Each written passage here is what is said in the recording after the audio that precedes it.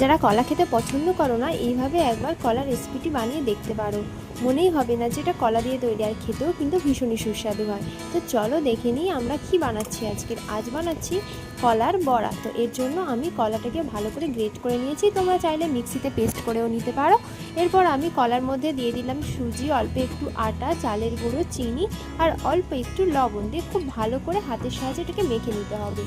তো দেখো এটাকে আমি একটু পাতলা করেই মেখেছি, তোমরা চাইলে আরেকটু শক্ত করে মাখতে পারো।